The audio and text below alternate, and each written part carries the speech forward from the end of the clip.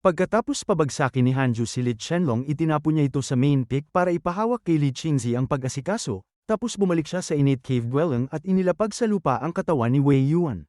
Sa isang galaw na parang espada may kaluluwang lumabas mula sa noo niya, at lumitaw na si Wang Zushan pala yun ang leader ng Raincoat Holy Sect at akala ni Wang Zushan ay pinakawalan na siya ni Hanju dahil oras na ng pagbitay sa kanya. Pero malamig na nagtanong si Hanju, gusto mo bang mabuhay muli? Nang marinig niyang pwede palang muling mabuhay, tuwang-tuwa agad si Wang Zushan. Sabi ni Hanju, may katawan ako dito na tuluyan ang napuksa ang primordial spirit pero buhay pa ang sigla ng laman, pwede mong angkinin ang katawan para muling mabuhay. Lumuhad si Wang Zushan nang may kalabog at nanumpa na pagkatapos kong mabuhay muli susundan ko lang ang tagubili ng senior at kung hindi lamunin sana ako ng heart demon at mamatay ako sa sarili kong daan. Sinabi rin niyang puputulan na niya ang lahat ng ugnayan sa Raincoat Holy Sect kapag nakabalik siya. Pero sabi ni Hanju, babalik ka sa Raincoat Holy Sect, anong iniisip mo kasi sa katunayan wala na ang Raincoat Holy Sect. Napansing taos-puso ang mga sinabi ni Wang Zushan at mukhang maayos ang asal nito pero hindi pa rin siya lubos na mapagkakatiwalaan ni Hanju. Kalma niyang sinabi, ang katawang ito ay sa Deputy Sect Vice Leader ng Nine Dragons Sect mula sa Western Abyss State na isang malakas na cultivator sa level ng Fusion Void Realm at pinuksa ko na ang primordial spirit niya, sana ikaw ang pumalit sa kanya. Kaya nang inid ng malakas ang talukap ni Wang Zushan na Fusion Void Realm na malakas na cultivator at naisip niya hindi pala siya namatay ng walang saysay pero sa loob niya ay puno siya ng takot. Ipinaliwanag ni Hanju na hindi ako natatakot sa Nine Dragons Sect pero gusto ko lang iwasan ang walang katapusang gulo. Kailangan mo lang patatagin ang Nine Dragon Sect at itago ang nangyari at nilagyan na kita ng reincarnation mark sa kaluluwa mo, kaya kung magtataksil ka pwede kitang patayin sa isang isip lang. Kaya mabilis na tumango si Wang Zushan at nanumpa, mula ngayon hindi na ako magiging kaaway ng senior. Matapos marinig yun, inutusan siya ni Hanju na magmadaling sumanib sa katawan. Makalipas ang 7 araw, matagumpay na nakuha ni Wang Zushan ang katawan at nagpop up ang system ng notification na tumaas ang favorability ni Wang Zushan sa iyo. Nang makita ito ni Hanju, ngumiti siya ng kontento at mas lalo pa niyang nagustuhan si Old Wang. Huminga naman ng malalim si Wang Zushan na lumapit kay Hanju at magalang na yumuko at sinabing, palagi kitang tinatawag na God-slaying elder pero parang hindi yun tama, kaya maaari po ba akong magtanong ng iyong tunay na pangalan o titulo? Ayaw pa ring ibunyag ni Hanju ang pangalan niya dahil natatakot siyang baka may mga treasure pa sa mundong ito na tulad ng Book of Misfortune, kaya pinangalanan niya ang sarili niya ayon sa 6 realms of reincarnation at sinabi kay Wang Zushan, tawagin mo akong reincarnation. Naisip ni Wang Zushan, ang lakas ng pangalang ito, kailangan kong kumapit ng mahigpit sa suportang ito. Sa sandaling yun naramdaman ni Wang Zushan na may tumatawag sa kanya mula sa Nine Dragons Sect, kaya inutusan siya ni Hanju na umalis agad at huwag magdulot ng hinala sa Nine Dragons Sect. Bago umalis, pinaalalahanan pa siya ni Hanju na kaunti lang dapat ang mga salita mo pagbalik mo para hindi ka mahalata, pero may isa pang naisip si Wang Zushan. Tinanong siya ni Hanju, anong naisip mo? Kaya sabi ni Wang Zushan, sa galing ko po. Senior, gusto niyo ba akong magtrabaho para makaakyat sa posisyon ng sect leader ng Nine Dragon Sect at pamunuan ng sektang ito? Sagot ni Hanju, kung ikasisiya mo, at basta huwag mong istorbohin ako at ang Jade Pure Sect, pwede kang umusad hanggat gusto mo. Matapos ayusin ang usaping Wang Zushan, muli na namang nag-pop up ang system na matagumpay mong naprotektahan ang Jade Pure Sect at nakakuha ka ng spell manual. Congratulations sa pagkuha ng Art of Reincarnation. Ang spell na ito ay pwedeng magpakita ng tunay na anyo ng lahat ng nilalang. Kaya nang makita niya ang notification ng system, na isip ni Hanju, mukhang tama lang na naging maingat ako kasi talagang nakakatakot ang epekto ng karma. Makalipas ang 1 buwan, dumating si Li Qingzi para hanapin si Hanju, dala ang isang bunte ng heavenly materials at earthly treasures. Sabi ni Li Qingzi, ipinadala ito ng 19 na sekta bilang paghingi ng tawad at pinili ko ang pinakamagagandang piraso para kay Elder Hanju. Nagpatuloy siya, hinarap ko ang mga leader ng iba't ibang sekta at lumabas na ang bastos na si Li Qianlong ang nasa likod ng lahat at nakakulong na siya ngayon. Mula sa kulungan sumisigaw si Li Qianlong, kapag nakalabas ako papatayin ko kayong lahat. Dagdag pa ni Li Qingzi, naglabas na rin kami ng wanted orders para kina Zhou Fan at Mo Fachu pero parang naglaho na lang sila na parang bula, kaya medyo nag-aalala ako sa kanila. Pinakalma siya ni Hanju na sinabing huwag kang mag-alala, kaya naman nilang dalawa ang sarili nila at baka umalis na sila sa Great Swallow. Nabanggit pa ni Li Qingzi, by the way, pinaalis na ng iba't ibang sekta ang pamilyang Wei mula sa Great Swallow Cultivation World. Dahil wala na ang mga plano nila, mas payapa na ngayon ang iba't ibang puwersa sa Great Swallow at sumang-ayon si Hanju, mabuti yun kasi wala naman tayong balak mangibabaw kasi sa mahinahong cultivation lang uunlad ang sekta natin. Isang araw binuksan ni Hanju ang relationship list at ipinakita ng system na ang kaibigan mong si Mufachu ay aksidenteng nakapasok sa isang sinaunang forbidden area at nakakuha ng ancient heritage at ang kaibigan mong si Joe Fan ay aksidenteng nakapasok din sa isang sinaunang forbidden area at nakakuha ng ancient heritage. Sandaling inisip ni Hanju yun at napabulong hindi kaya sa huli ay mapunta silang dalawa sa iisang pag-iibigan.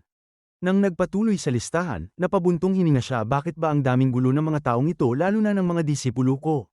Biglang nagpadala ang system ng prompt na natukoy ang innate destiny individual gusto mo bang tingnan ang pinagmulan niya, kaya nagulat si Hanju ano may isa na naman. Ipinakita ng system na ang taong ito ay si Sun Chang'an na nasa ikapitong level ng Foundation Establishment Realm at siya ay reinkarnasyon ng primordial spiritual ginseng at sa dating buhay niya pinalaki siya ng mga Buddhist pero nahulog siya sa love trap ng isang babaeng demonyo na ikinagalit ng mga Diyos at Buddhist kaya itinapon siya sa mortal realm. Nang marinig niyang ang God-slaying elder ng Jade Pure Sect ay ang pinakamahusay na secluded cultivator sa mundo ng Great Swallow, sinadya niyang magtungo roon para maging disipulo, na umaasang makapag-cultivate kasama ang God-slaying elder at makalimutan ang makamundong buhay. Sinipat ni Hanju gamit ang spiritual sense at nakita niyang dumating na si Sun Chang'an sa paanan ng secluded Immortal Mountain. Naisip ni Hanju sa sarili ang pangit talaga ng taong ito. Lumuhad si Sun Chang'an sa harap ng isang bato habang iniisip hindi na ako pwedeng maging sobrang lamang at sunod Sun Yaren sa pag-ibig Xiaomei mahal ko hindi pwede kasi kailangan ko nang itigil ang pag-iisip sa kanya.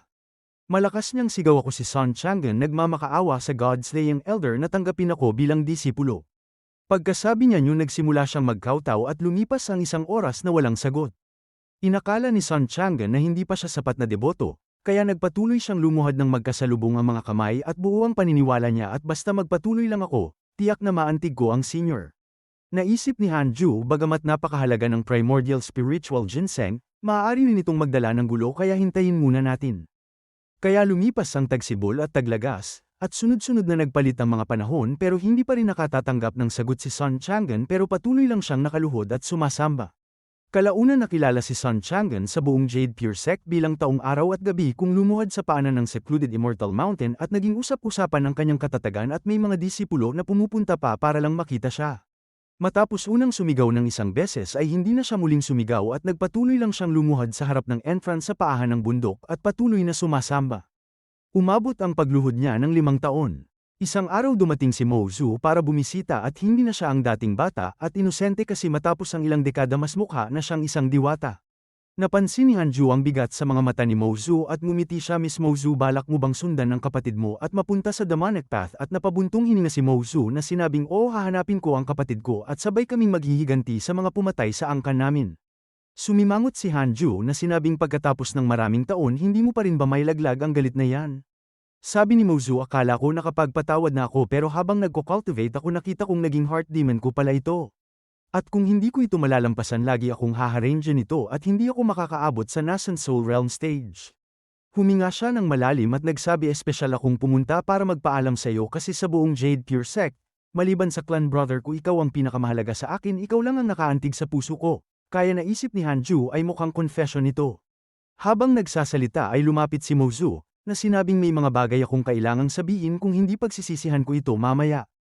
Pagkasabi niyo namula siya sa hiya at sinabing Hanju maghiwalay na tayo rito, pero hinawakan ni Hanju ang kamay niya, kaya natigilan si Mo Zhu at naghihintay ng sasabihin ni Hanju. Pero mabilis lang siyang binitiwan ni Hanju kasi inukit niya lang ang Six Paths Ultimate Seal sa kaluluwa nito at dahil masyadong malaki ang agwat ng kanilang cultivation hindi ito napansin ni Mo Zhu at tapos noon ay sinabi niya ng walang emosyon dahil nakapagpasya ka na mag-ingat ka sa biyahe mo. Binawi ni Mo Zhu ang kanyang braso at napamura sa loob ang yabang mong lalaki at sa isip niya ano bang inaasahan ko? Pakiramdam niya ay maiiyak siya habang tumalikod at umalis at habang nagpaalam na isip niya kaya pa ba nating magkita ulit sa buhay na ito bakit hindi niya ako pigilan kahit simpleng kilos lang sana. Hindi na niya matiis, kaya biglang lumingon si Mo Zhu at malakas na sinabi Hanju kapag ligtas akong nakabalik papakasalan mo ba ako? Natigilan si Hanju sa tanong at hindi siya direktang sumagot. Kundi sinabi lang na syempre makakabalik kang ligtas ito ang karaniwang sagot ng isang mandaraya. Umiyak sa tuwa si Mo Zhu na sinabing Hanju alam kong hindi ako nagkamali sa'yo. Pero sa sumunod na segundo paglabas pa lang ni Mo Zhu sa cave dwelling ni Hanju, nahuli agad siya ni na Master Jing Shu at Li Qingzi. At sabay tinuro ni Hanju si Mo Zhu at sinabi sabi ko na nga baligtas ka. Kaagad pagkatapos niyong dinala si Mo Zhu ni Master Jing Shu kasi nang isiwalat ni Mo Zhu ang balak niya. Agad na niyang inabisuhan si Li Qingzi gamit ang spiritual sense at hindi maglalakas loob si Li Qingzi na palayain si Mozu kasi sobra na ang gulo na dinala ng mga rebelde sa Jade Pure Sect. Pagkatapos ay binanggit ni Li Qingzi si Sun Chang'an sa paanan ng bundok kung tama ang tanda ko 5 taon nang nakaluhod ang munghing yun, tama ba? Naisip ni Hanju na sobrang nalubog ako sa cultivation. At talagang nakalimutan ko siya. Agad siyang nag-teleport sa paanan ng bundok, at tila mukhang lutang na si Sun Chang'an at bahagyang umaalog ang katawan niya habang nakaluhod at kahit Foundation Establishment Realm Cultivator siya, mabigat na talaga ang 5 taong pagluhod. Nagsalita si Hanju na may malamig ang tono, maganda ang pagtityaga mo, tatanggapin kita. Instinctively na tumingala si Sun Chang'an at nanginginig ang boses, God Slaying Elder ako ito. Pero sa isip ni Hanju, pangit talaga nitong Sun Chang'an, malaki ang impact kapag malapitan. Mabilis na sumamba si Sun Chang'an na sinabing disipulo Sun Chang'an bumabati sa master, kaya tiningnan siya ni Hanju at sinabi, kapag naging disipulo kita hindi ka pwedeng umalis sa bundok na ito hanggat hindi ka umaabot sa immortality, pumapayag ka ba? Kaya pagkarinig nito hindi mapigilan ni Sun Chang'an na matuwa ng gusto, kasi ang tanging gusto ko lang ay mag-cultivate ng tahimik at malayo sa makamundong buhay, kaya nga kita hinanap. Nang makita ni Hanju ang determinasyon niya, dinala niya ito pabalik sa cave dwelling, pero ayaw talaga ni Hanju na nakikita ang mukha niya palagi. Kaya inutusan niya itong humanap ng sarili niyang lugar para sa cultivation at sinabing, kapag umabot ka na sa Golden Core Realm ituturo ko sa iyo ang mas malalim na teknik.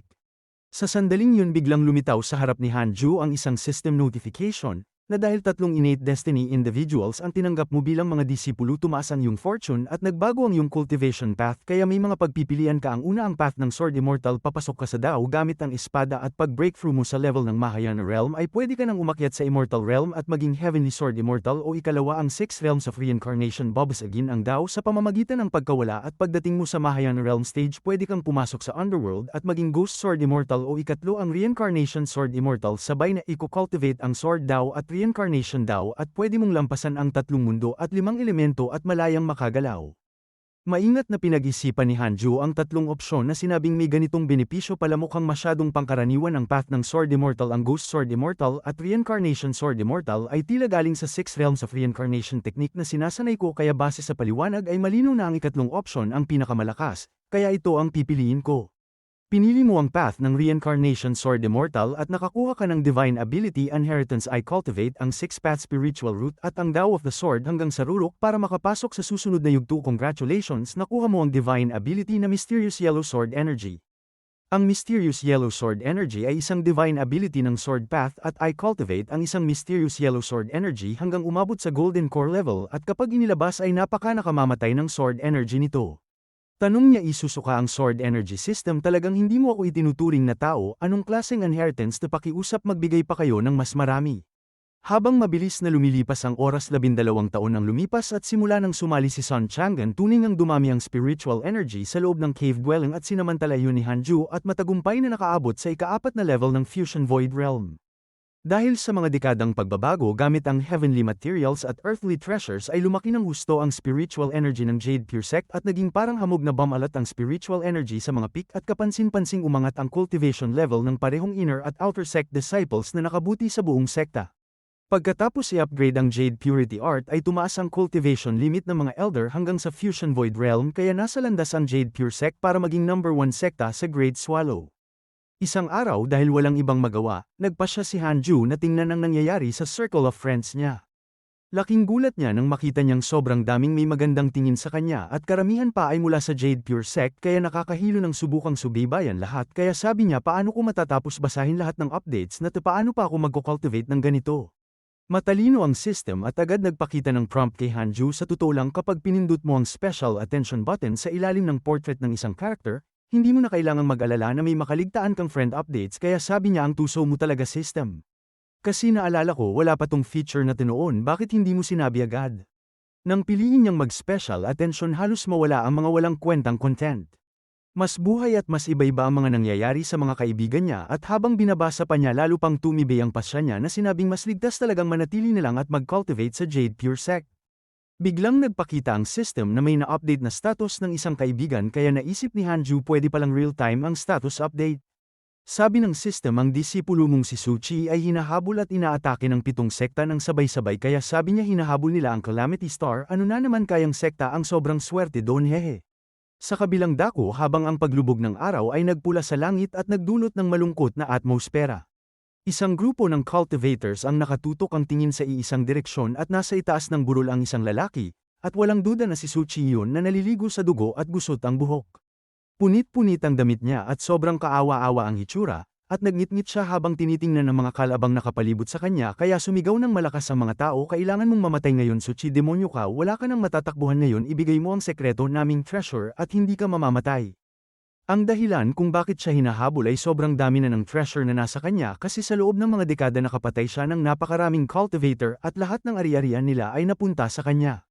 Sa kasalukuyang lakas ni Su Chi, hindi na mahirap harapin ang mga ito ng paisa-isa, pero kahit gaano kalakas ang tigre hindi nito kayang kalabanin ng isang kawan ng lobo, at napalibutan na siya. Wala nang nagawa si Su Chi kundi gamitin ang pinakamalakas niyang divine ability, kaya sumigaw siya sa langit na sinabing, Master, tulungan mo ako. Nang marinig yun, lahat ng cultivator ay natigil at naghanap ng balisa sa paligid. Palaging nakakatakas si Su Chi sa panganib at ang mga humahabol sa kanya ay nauuwi sa trahedya, kaya inakala nilang may napakalakas na tumutulong kay Su Chi, pero walang sumagot. Tiningnan nila si Su Chi at napansing may mali kaya naisip nilang baka nililinlang lang sila, kaya sabay-sabay nilang sinugod si Su Chi. Sa kaguluhan ng pag-atake napaatras si Su Chi at halos hindi na makatayo. Biglang nagtipon ng mga thundercloud at mabilis na dumilim ang langit kaya naging masama ang dating. Kaya nagtinginan ng lahat ng may takot. Umalingaw-ngaw ang kulog at lumakas ang hangin na parabang apocalypse ang tanawin. Nang tumama ang unang kidlat, naintindihan ng 7 sekta na dumating na ang bangungot nila at sinabing hindi ordinaryong kidlat yun kundi divine thunder. Sabi ni Su Chi, Master, dumating ka na rin. Maliban kay Su Chi, lahat ay tinamaan ng sakuna, kaya tumingala si Su Chi ng may paggalang, salamat Master sa pagliligtas sa akin. Makalipas ang 18 taon habang nagpapahinga mula sa cultivation, nagpasya si Hanju na subukan si Sun Chang'an gamit ang Heart Sword Technique. Sinabi ni Sun Chang'an na master ko na ang Heartless Sword Technique sa mga nakaraang taon at ipapakita ko agad ito kay Master. Hinugot niya ang espada at binigkas ang incantation, at saka nagsimulang ipakita ang sword technique, pero habang ginagawa niya yon, naalala na naman ni Sun Chang'an si Xiao Mei kaya sabi niya talagang kasing hirap ng pag-abot sa langit ang pag-alis sa mga pagnanasa at damdamin mayroon bang totoong nakamaster ng Heartless Sword Technique. Pero dahil ayaw niyang mabaigo si Hanju kaya itinulak niya ang espada niya papunta sa imahinaryong Xiao Mei, pero sa isang pagklang nasalo ng 2 daliri ang espada. Sabi ni Xing Hangshan, maganda naman ang swordsmanship mo, medyo mababa lang ang cultivation level mo, kaya nang marinig yun naisip ni Sun Chang'an na pigilan ng ganito kadali, talaga bang hindi pa sapat ang swordsmanship ko? Sabi niya, nang wala nang magawa Master, hindi ko pa rin makita ang likod ng barrier ng emotions na bigo kita, pero napabuntong hininga lang si Hanju na sinabing hayaan mong ipakilala ko sa iyo, ito ang asawa ng iyong Master. Kaya nagulat si Sun Chang'an na sinabing, Master, peke ba ang Heartless Sword Technique na tinuro mo sa akin? At totoo ka bang nangungunang secluded cultivator sa buong Great Swallow? Pinalabas lang ni Hanju si Sun Chang'an at pinapasok si Xing Hangshan. Excited na lumapit si Xing Hangshan kay Hanju at inialay ang isang bagay na parang kayamanan at sinabing, asawa ko, sa mga nagdaang dekada ay nagkaroon ako ng malaking oportunidad at nakakuha ng insight sa isang napakalakas na teknik. Gusto mo bang matuto kasi may tuturo ko ito sa'yo? Kaya naisip ni Hanju sa mga nakaraang taon umangat ng husto ang cultivation ni Xing Hangshan hanggang ika-8 level ng Golden Core Realm dahil sa mga pagkakataong ito. Pero umiling lang si Hanju na sinabing may malakas na teknik na ako kaya hindi ko kailangan yan. Naglamang si Xing Hangshan at tinaas ang kanang kamay na nagpakita ng isang kakaibang prutas at sinabing ito ay isang kahangahangang prutas na nakita ko sa isang ancient secret realm at kapag kinain mo ito lalakas ang energy at dugo mo at titibay ang katawan mo. Napaka-amazing nito kasi kumain ako ng isa at kaya kong durugin ang maliit na bundok sa isang suntok lang. Kumuha si Hanju ng prutas at agad niya itong kinain. Natunaw agad ang prutas nang dumaan sa lalamunan niya at naging mainit na agos sa katawan niya at hindi nagtagal pakiramdam ni Hanju ay uminit ang buong katawan niya at halatang may epekto pero may kakaiba sa init na nararamdaman ko sa loob. Sa sandaling yun yumuko si Xing Hangshan at marahang ulong asawa, narinig kong bumisita sa'yo si Mozu. Kaya nabalisa si Hanju, iniisip kung paano niya nalaman yon. Habang nag-uusap sila itinulak siya ni Xing Hangshan pababa, kaya biglang nawala ng balanse si Hanju at napahiga pa atras sa kama. Namumula ang mukha ni Xing Hangshan nang sabihin niya, minsan kailangan talagang ikaw ang maunang kumilos. Ang sumunod ay hindi na angkop ilarawan kaya laktawan na lang natin at hayaan na lang sa imahinasyon. Makalipas ang ilang araw na iligtas si Hanju ng urgent call ni Li Qingzi na sinabing, Elder Hanju, may problema. Ang Blood Flame Heavenly Sect mula sa Great Way Cultivation World ay kumuha ng isang malakas na bisita at inanunsyo nilang pag-isahin nila ang mga kalapit na Cultivation World, pero wala nang gana si Hanju na intindihin pa yon, na sinabing kung masisira ay masisira na lang, hindi ko na kaya. Mabilis siyang nagbihis at lumabas para harapin ang nag-aalalang mukha ni Li Qingzi at alam ni Hanju na seryoso ito at doon paliwanag ni Li Qingzi na ang kalapit na Great Way Cultivation World ay pinagsama-sama na ng Blood Flame Heavenly Sect at naghahanda silang sumalakay sa atin sa Great Swallow at tayo ang unang target nila na diretso sa ating Jade Pure Sect. Tinanong ni Hanju malakas ba ang Blood Flame Heavenly Sect, pero hindi sigurado si Li Qingzi na sinabing at least marami silang Fusion Void Realm kasi kung hindi ay hindi naman nila kayang pag-isahin agad ang Great Way Cultivation World. Hindi natakot si Hanju kasi ang tanging inaalala lang niya ay baka may makasalubong siyang nasa level ng Union Realm kaya tinanong ni Li Qingzi paano kung may nasa Union Realm level nga Elder Hanju ano ang gagawin mo? Hindi nagsinungaling si Hanju at sinabing depende sa kung kailan sila aatake kasi kung bukas sila pupunta ay baka tatakas ako. Napatawa si Li Qingzi na sinabing siguradong hindi pa bukas yun kasi dahil sa layo at sa pagpigil din ng ibang mga sekta na dadaanan nila ay aabutin pa sila ng mga dekada o mas matagal pa bago marating ang Jade Pure Sect. Gusto lang kitang bigyan ng babala at naunawaan niya ang ibig sabihin ni Hanju pero tumawa si Hanju na sinabing baka hindi rin ako makapag-breakthrough sa Union Realm sa loob ng 10 taon kaya tatakas pa rin ako. Alam na alam ni Li Qingzi na bihira sa mundo ang talento ni Hanju at siguradong angat pa ang kanyang cultivation sa mga darating na dekada. Palaging iniisip ni Hanju na bakit hindi na lang mag-focus ang mga cultivator sa cultivation nila at unawain ang tunay na kahulugan ng langit at lupa at hangarin ang walang hanggang buhay imbes na magagawan ng teritoryo na parang mga mortal pero ipinaliwanag ni Li Qingzi ang kalituhan niya na ang ambisyon ng mga cultivators ay lumalaki kasabay ng kanilang cultivation at bukod pa roon kapag mas maraming cultivation worlds ang makuha nila ay mas maraming cultivation resources din ang makokontrol nila. Matapos magpaliwanag na alala ni Li Qingzi ang isa pang bagay Elder Hanju may balita tungkol sa disipulo mo. Lumalabas na ang pagkawala ni Yang Tiandong ay may kinalaman noong sumama siya dati sa Jade Pure Sect sa isang cultivation conference. Sabi ni Li Qingzi na may kakaibang ekspresyon na nakita na namin si Yang Tiandong pero sabi niya Demon King na raw siya at maayos naman ang buhay niya pero ayaw pa niyang bumalik sa ngayon. Pero walang emosyon na tumugon si Hanju na kung ganoon ang talino ng batang yun hayaan mo na siya. Bago umalis binanggit pa ni Li Qingzi ang isa pang problema by the way Elder Hanju may isang aso na naninira sa cultivation world at base sa paglalarawan ng mga disipulo parang yun yung inaalagaan mo noon pero sagot ni Hanju huwag mo nang intindihin yun nagpumilit kasi siyang lumabas para gumala at siguradong babalik din yun kapag natuto na kaya napabuntong hininga si Li Qingzi talaga nga namang ikaw. Pagkatapos sabi niya kailangan ko nang maghanda para asikasuhin ang problema sa Blood Flame Heavenly Sect kaya aalis na ako kaya sagot ni Hanju sige palam subukan mong hindi naman mabugbog ng husto. Pagbalik ni Hanju sa cave dwelling nakita niyang umalis na pala si Xing Hangshan at nag-iwan siya ng note na sinasabing abala ang asawa ko sa napakaraming bagay sa susunod na lang tayo magkaroon ng masayang pagsasama ulit. Nang makita ang ganitong mapang-akit na mga salita hindi na iwasan ni Hanju na makaramdam ng kaunting pagkakulang. Sabi niya masayang pagsasama pagkumplemento sa isa't isa baka magandang ideya yun kasi simula pa lang ng cultivation journey niya umasa na si Hanju sa system rewards at ibinuo niya ang lahat ng lakas niya sa cultivation at hindi pa siya kailanman mismo nakaunawa ng isang divine ability kaya sabi niya baka dapat subukan ko ta. Ang 3 Pure Shadow Sword ay isang ultimate offensive technique at sa ngayon ito ang pinakamalakas na single target attack move na may mataas na killing threshold. Ang 10,000 Sword Divine Ray naman ay pwedeng magsama ng mga espada mula sa ilog ng kasaysayan na bagay sa malawakang pag-atake pero kahit grandang eksena kulang pa rin ito sa accuracy sa pagtama at lethality. Pero kung pagsasamahin ko ang dalawang ito gaano kaya yun nakakatakot kasi ang 10,000 ultimate swords na pwedeng pumatay ng malaya hindi ba parang sarili kong sword daw divine ability ang ginagawa ko. Sa ibang dako sa Western Abyss State isang rehiyong walang mga dinastiya kung saan laganap ang mga demonyo at bihirang pumasok ang mga dinastiyang pantao at maraming cultivation sect dito at mas marami pa kaysa sa Great Swallow Cultivation World. Sa loob ng isang pavilion ng True Martial Sect si Huang Jihao ay nagme-meditate sa lapag.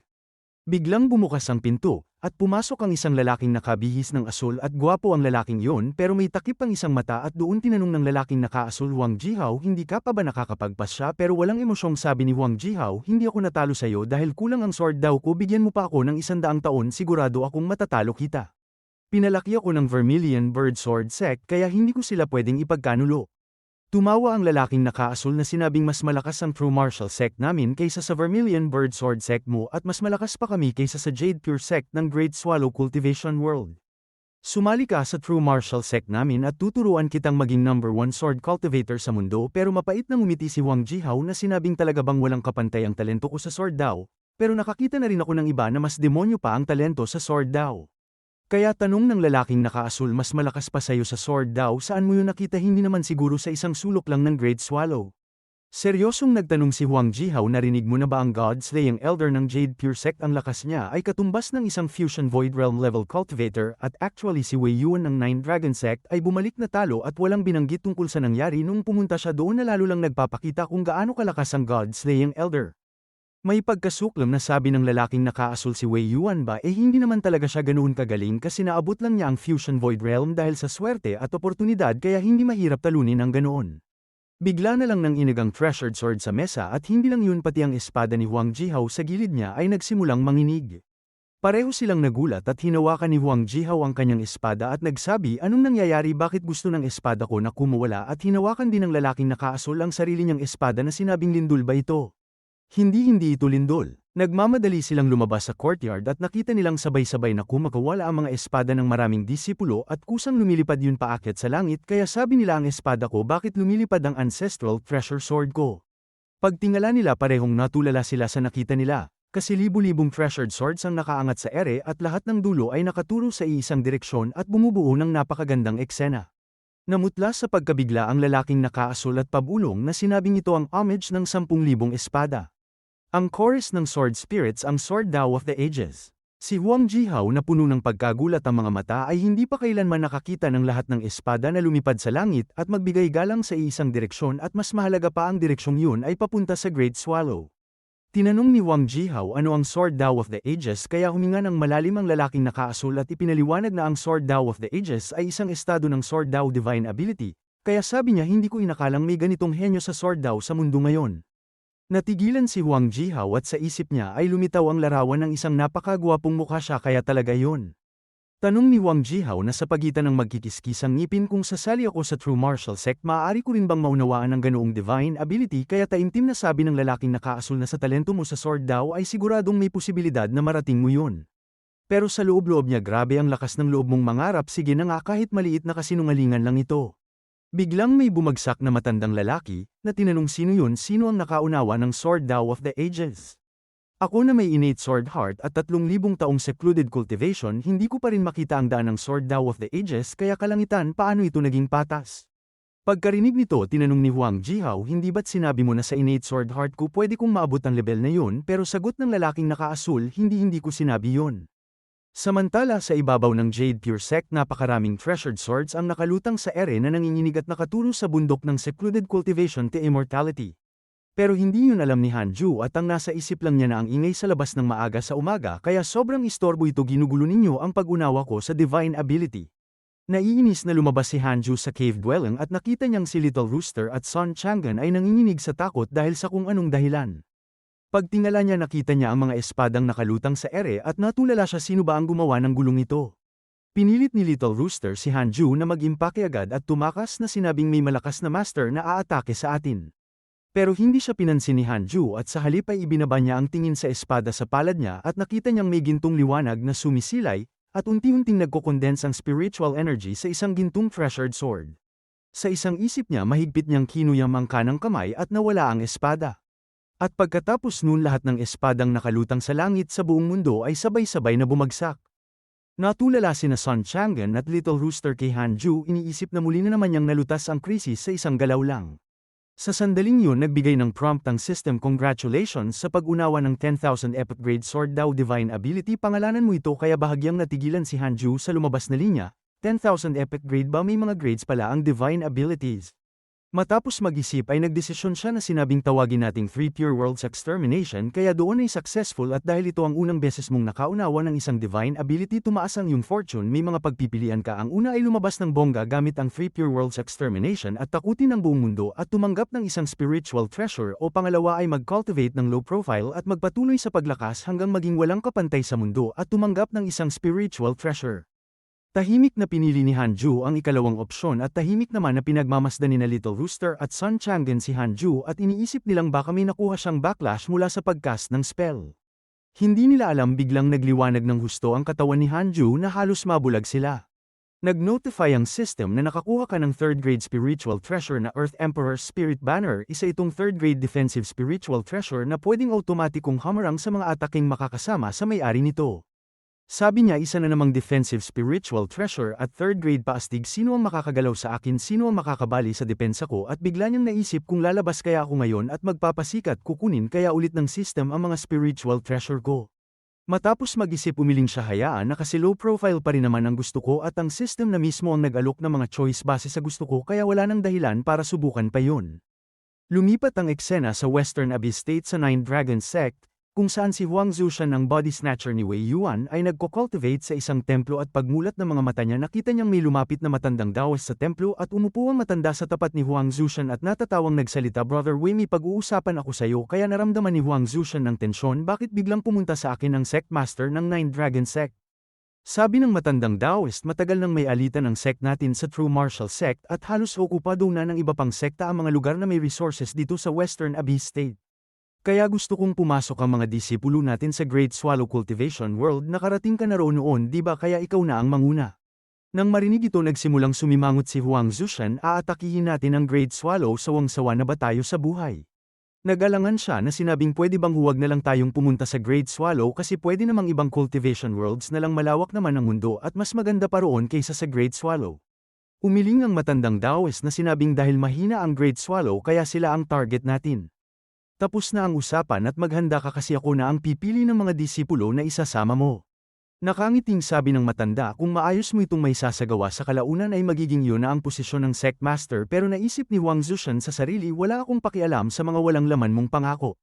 Habang pinagmamasdan niya itong umalis palihim siyang nanumpa matandang tuso ganito ba ang sinasabi mong pagtalakay buwisit pinipilit mo talaga ako. Mukhang wala na akong choice kundi gawin ang plano ko at ang kininang pwesto mo bilang sect master. Nang lumikha si Hanju ng isang ancient divine ability nagdulot yun ng ingay sa buong mundo at sandaling naintriga ang lahat ng sekta. Pero maliban sa isang Daoist na may apelyidong Huang ay walang ibang naniniwalang pwedeng magtago sa Great Swallow ang pinagmulan ng Ancient Sword Dao. Hawak ni Wang Jihao ang isang portrait ni Hanju at desperadong nagpapaliwanag sumusumpa ako sa integridad ko totoo ang sinasabi ko may sword immortal talaga sa Great Swallow pero hindi naniwala ang mga dumadaan na sinabing napakahina ng mga cultivators sa Great Swallow kaya paano magkakaroon doon ng sword immortal at ayusin mo muna ang pagdodrawing mo kasi siguradong hindi ganyan ang hitsura ng isang sword immortal. Galit na galit si Wang Jihao na sinabing ganyan talaga ang hitsura niya hoy. Samantala sa secluded Immortal Mountain, ginagawa ni Hanju ang sarili niyang heavenly puppet, nang biglang mag-prompt ang system umabot ka na sa 300 years old isa na namang 100 years ang lumipas sa iyong cultivation journey. May pagpipilian ka ang una ay lumabas ka na sa seclusion para ipakita sa mundo ang lakas mo at tumanggap ng fortune-enhancing divine beast egg ang pangalawa magpatuloy ka sa low-profile cultivation mo at itago ang lakas at pangalan mo at tumanggap ng spiritual treasure. Agad na pinili ni Hanju ang ikalawang opsyon ng walang pag-aalinlangan at nakakuha siya ng isa pang defensive necklace. Tuwang-tuwa na binuksan niya ang system relationship panel para tingnan ang nangyari nitong nakaraang 2 taon. Isang update ang kapansin-pansin sa kanya na ang disipulo mong si Su Qi ay nahuli ng royal family ng Great Jin Dynasty. Sa loob ng Great Jin Dynasty, itinapon si Su Qi sa isang silid at malubhang na sugatan at hindi kayang kalabanin kahit 2 ordinaryong guard. Hindi na pinahirapan pa siya ng mga sundalo, dahil utos na ng emperor na ipapakasal si Su Qi sa eldest princess pero bago ang kasal bawal siyang umalis kahit saan. Bulong ng mga gwardya sa labas paano siya naging sobrang swerte para mapang-asawa ang eldest princess, pero narinig ko kahapon lang ay kumuha na naman ng lalaking concubine ng eldest princess pero tahimik na kasi huwag na nating pag-usapan yan at saka sinabi ng national advisor na nakatadhana sa batang ito ang kapalaran ng Great Jin Dynasty hindi ba katawa-tawa yun? Nang marinig niyang nakulong siya ng isang dynasty na bahala si Su Qi na sinabing masama ito. Ang pagkulong sa akin ng isang dynasty ibig sabihin na kapag sinubukan akong iligtas ng master ko ay kalaban na niya ang buong dinastiya kaya master huwag ka nang pumunta. Pero bigla may narinig siyang desperadong sigaw ng tulong mula sa labas, at nakita ni Su Qi na may apoy at usok na umaakyat at ang mga tumatakbong tao ay sumisigaw takbo anong klaseng halimaw ito mga tipaklong. Tanong ni Su Qi ha mga tipaklong ano namang nakakatakot doon kaya sumilip siya sa siwang ng pinto papunta sa malayo, at tuning ang puno ng mga tipaklong ang lugar at mas malalaki pa ito sa mga bahay. Natulala si Su Qi na iniisip kung saan galing ang lahat ng demonic tipaklong na yon. Hindi kaya si master ko ang may gawa nito kaya natuwa siya salamat sa pagliligtas sa akin master. Sisiguraduhin kong matatapos ko ang misyon pero hindi niya alam na siya mismo ang nagdala ng sakunang yon. Hindi nagtagal nakatanggap din si Hanju ng update mula sa system na ang disipulo mong si Su Chi ay nagpalaganap ng malas na nagdulot sa Great Jin Dynasty ng isang millennium-level locust plague at baha at salot kaya ang dinastiya ay nasa bingit ng pagkawasak. Sa ibabaw ng walang katapusang disyerto habang dumaraan ang napakaraming tipaklong at nag-iiwan ng alikabok na parang bagyo ay may isang figurang naglalakad sa gitna nito at si Su Chi yun at naisip niya talagang malakas ang kakayahan ng master ko kasi kaya niyang wasakin ng isang kaharian gamit ang mga tipaklong na hindi man lang lumalapit sa akin. Sa mga nakaraang taon nakaranas siya ng napakaraming hirap pero lagi pa rin siyang nakakaligtas kaya naniniwala siya na sinusubok lang ng master ko ang Dao-Heart ko. Hindi nagtagal nakita ni Su Chi ang isang lumang baluktot na puno sa unahan, at may nakaupong figura sa ilalim nito na isang gasgusing matandang lalaki ang nagme-meditate at ang mga kulubat sa mukha niya ay kahawig ng balat ng puno sa likod niya. Binati siya ni Su Chi ng fist and palm salute at sinabing senior maaari ko bang malaman kung nasaan ito pero hindi binuksan ng matanda ang mga mata niya at sinabing Northern Province ito. Pagkarinig nito biglang gusto umiyak ni Su Chi na sinabing Northern Province ito. Pagkatapos ng halos 100 taon sa wakas nakarating na ako sa Northern Province. Agad siyang tumalikod at lumuhad at yumuko sa langit sa likod niya na sinabing Master nakikita mo ba ito hindi ka binaygo ng iyong disipulo. Binuksan ng matanda ang mga mata at tinignan siya ng may pagtataka na sinabing sobrang saya mo nang makarating sa Northern Province alam mo ba kung anong lugar ang Northern Province? Tumayo si Su Chi humarap sa kanya at pinyunas ang luha at ngumiti na sinabing hindi ko naman masyadong alam pero ang Monster Taming Demon Sect ay nasa Northern Province tama. Sumimangot ang matanda na tinanong may kaugnayan ka ba sa Monster Taming Demon Sect kaya masayang sabi ni Su Chi magkakaroon ako ng koneksyon kapag sumali na ako sa Monster Taming Demon Sect. Umiling ang matanda na sinabing kung ganoon mataas ang requirements ng Monster Taming Demon Sect kasi kahit may cultivation ka sa Golden Core Realm hindi ka madaling matatanggap. At saka ang Northern Province ay lupain kung saan nagwawala ang mga demonyo, kaya pinapayuhan kitang huwag nang tumuntong doon kasi para yung impyerno sa lupa. Tumawa si Su Chi na sinabing ganoon ba okay po mag-iingat na lang ako pero sa isip niya Northern Province mas matindi ba yun kaysa sa master ko? Sa isang kisap mata 5 taon na naman ang lumipas, ang Great Swallow ay nakaranas ng bihirang blizzard, at natabunan ng snow ang buong Jade Pure Sect at naging napakagandang tanawin ng malungkot na kagandahan. Lumabas si Hanju sa kanyang cave dwelling sa isang mundong puting-puti at naisip ilang daang taon na akong nabubuhay at ngayon lang ako nakakita ng ganitong kalakas na nyebe pero nakita ni na Little Rooster at Sun Chang'e na nakakatuwa ito pero may naramdaman si Hanju na kakaiba. Habang iniisip niya yun biglang nag-prompt ang system, na 1,000 taong gulang na demonyo ang Magi gising na kaya may pagpipilian ka ang una ay lumabas ngayon at patayin ng demonyo at iligtas ang mga tao at tumanggap ng spiritual treasure at divine ability inheritance o pangalawa ipagpatuloy lang ang cultivation mo at umiwas sa panganib at tumanggap ng random heavenly material at earthly treasure seed kaya sabi niya 1 millennium old demon ba mukhang delikado yun ang engot ko kung pupunta pa ako roon para pumatay. Walang pag-aalinlangan agad niyang pinili ang ikalawang option at nag-congratulate ang system na pinili mong ipagpatuloy ang cultivation mo at umiwas sa panganib kaya tatanggap ka ng random heavenly material at earthly treasure ang Fusang Tree Seed. Ang Fusang Tree ay isang divine tree ng langit at lupa na kayang dagdagan ng spiritual energy ng langit at lupa at pagkalipas ng 10,000 taon pwede nitong akitin ang isang golden crow at pagkalipas ng 1,000,000 taon pwede nitong i-connecta ang ibang mga realm. Tiningnan ni Hanju ang seed na biglang lumitaw sa kanyang kamay at bahagyang itinaas ang kilay na inisip na ang Fusang Tree ay may kaugnayan sa araw at mga alamat pero masyado namang mahaba ang 1,000,000 taon. Lumingon si Hanju at tinawag si Sun Chang'e sa harap ng cave dwelling kaya kumislap ang mga mata ni Sun Chang'e sa excitement at sinabing Master ituturo mo na ba sa akin ng isang divine ability? Iniabot ni Hanju ang seed at sinabing ito ang treasure tree ko simula ngayon itatanim mo ito rito at magme-meditate ka sa harap nito araw-araw. At kailangan mo itong bantayang mabuti kasi kapag hindi ito lumago ng maayos ay mananagot ka. Samantala sa ibang realm na nababalutan din ng snow ay maraming demonyo ang gumagapang sa mga gubat. Si Yang Tiandong ang nangunguna sa grupo at lumingon si Yang Tiandong sa isang matandang tree demon sa tabi niya at tinanong gaano pa katagal kaya sumagot ang tree demon malapit na at Magi gising na si Jansu ang Great Demon King. Sumimangot si Yang Tiandong na sinabing kung ganoon siya kalakas bakit 2,000 taon na siyang natutulog. 2,000 taon na ang nakalipas bago pa man umiral ang Great Swallow bihira rito ang mga tao at para itong paraiso ng mga demonyo at si Jansu Demon King lang ang nag-iisang Demon King sa lupain na ito at lahat ng demonyo ay sumusunod sa kanya. Hanggang sa isang araw may isang human cultivator na napadpad dito at nang makita niyang sugatan ito tinulungan pa siya ni Jansu Demon King pero ginantihan niya ang kabutihang yun at nagdala ng napakaraming cultivator para lusubin ng mga demon kaya sumiklab ang digmaang tumagal ng mga dekada at si Jansu Demon King ay nasinilyuhan dito at kaming mga demonyo ay halos nalipol at kaunti na lang ang nakaligtas. Nakasimangot na nagtanong si Yang Tiandong hindi ba natatakot ang mga cultivator na baka magising si Jansu Demon King pero ngumisi ang matandang Tree Demon na sinabing mas pangit ang puso ng mga tao kaysa sa mga demonyo. 2,000 taon na ang lumipas at hindi na sila nagkakaisa laban sa iisang kalaban at baka nga nagkanakawan at nagpataya na sila at kakaunti na lang ang buhay. Tanong ni Yang Tiandong kapag nagising si Jansu Demon King papatayin ba niya ang lahat ng tao sa Great Swallow? Kaya sagot ng matandang Tree Demon syempre kasi ang lupain na ito ay sa atin dati. Naalala ni Yang Tiandong ang Jade Pure Sect at si Hanju, at balak niyang ipaalam agad ito sa kanyang master. Hindi nagtagal nakarating ang grupo ng mga demonyo sa tuktok ng bundok, kung saan nakaselyo ang Demon King at naramdam nila ang mas lalong lumalakas na mapang-ipang puwersa mula sa ilalim ng yelo. Pagkatapos maglaho ng isang sinag ng gintong liwanag, umalingaw-ngaw ang tunog ng mga nagbibiyak na iceberg sa malayo. Kasabay ng isang nakabibinging dagandong, nabasag ang selyo ng Demon King at lumitaw siya mula sa yelo. Umangat ang dugong liwanag sa langit sa tuktok ng bundok at ang sigaw na 10,000 taon ng pinipigilan ay ramagasa sa kalangitan. Naramdaman ng mga demonyo ang isang takot at bigat na hindi pa nila naranasan kailanman. Si Yang Tiandong naman ay nakaramdam ng matinding pangamba na sinabing masama ito kasi sobrang layo ng pressure na ito kumpara sa master ko kaya delikado si master. Sa sandaling yun sa labas ng kanyang cave dwelling nakatanggap din si Hanju ng system alert tungkol sa paglabas ng Demon King. Na sinabing hindi ko inakalang ganoon kabilis lalabas ang Demon King na ito.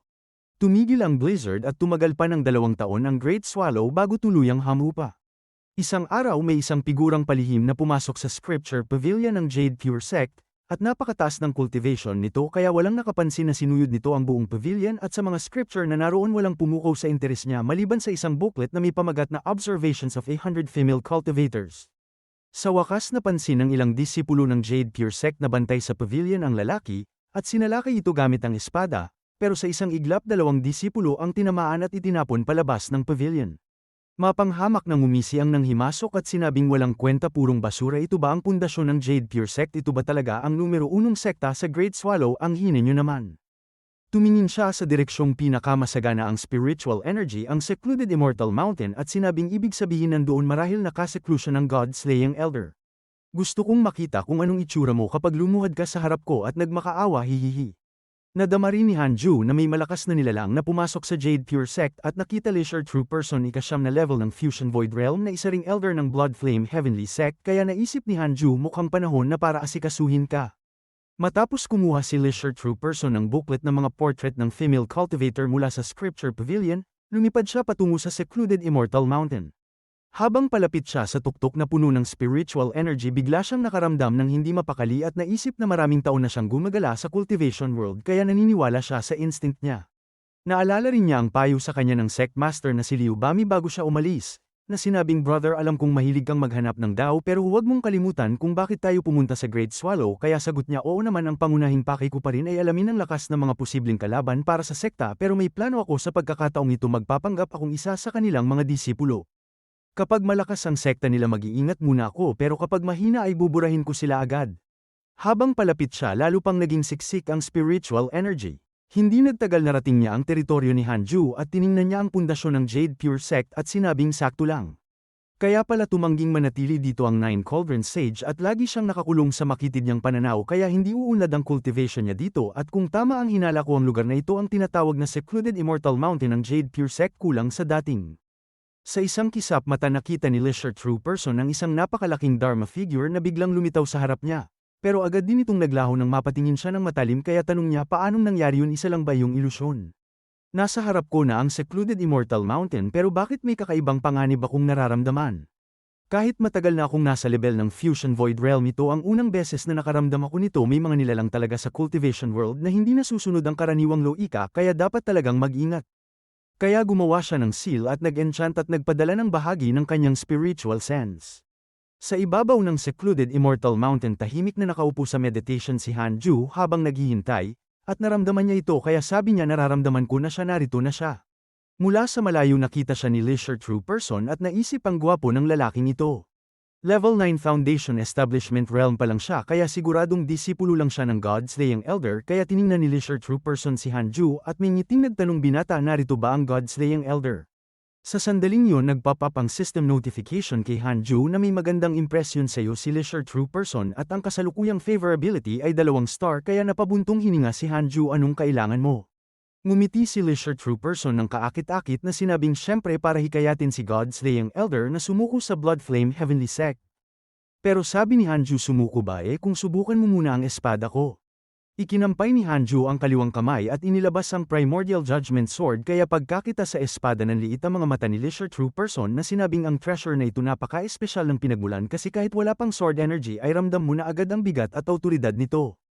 Sandali parang napalilibutan siya ng spiritual treasures siya na ba ang God-slaying Elder kaya nagulat si Leisure True Person ha Fusion Void Realm ikaw nga ang God-slaying Elder pero bigla lang pumailan lang ang gintong liwanag sa kamay ni Hanju habang sumigaw siya ng 3 Pure Worlds Extermination. Pagbaon ng treasured sword sa lupa, napakaraming gintong espada ang tumama kay Leisure True Person sa bilis na hindi niya nasalo o naiwasan. Kaagad na tinamaan ang katawan niya ng ilang sword energies at bago pa siya makabawi. Nakita niya ng may takot na napakaraming espada na bumalat sa buong langit mula sa lahat ng direksyon kaya sabi niya masama ito kasi putol na ang dadaanan ko sa pagtakas kaya hindi ako makakatakas napakalakas ng sword energy wala akong kontra dito siguradong tapos na ako. Kailangan kong isakripisyo ang item na yun at tumakas sa gulo. Sa isang iglap isinakripisyo niya ang isang spiritual treasure ang Azure Lotus Supreme Treasure Tower. Ang maliit na tere ay mabilis na lumaki at binalot ang katawan niya pero agad itong sinalpok ng napakaraming espada. Gumawa siya ng spell sign gamit ang 2 kamay na self-destruction ng spiritual treasure, kaya sa isang iglap sumabog ang spiritual power at nagpadala ng makukulay na shockwave sa kalangitan at ang katawan ni Leisure True Person kasama ang Azure Tower ay agad na naging abo. Sa malayo ng inigang avatar ni Leisure True Person at umubo siya ng dugo at sinabing buwisit malaking kawalan nito pero tatandaan ko ta.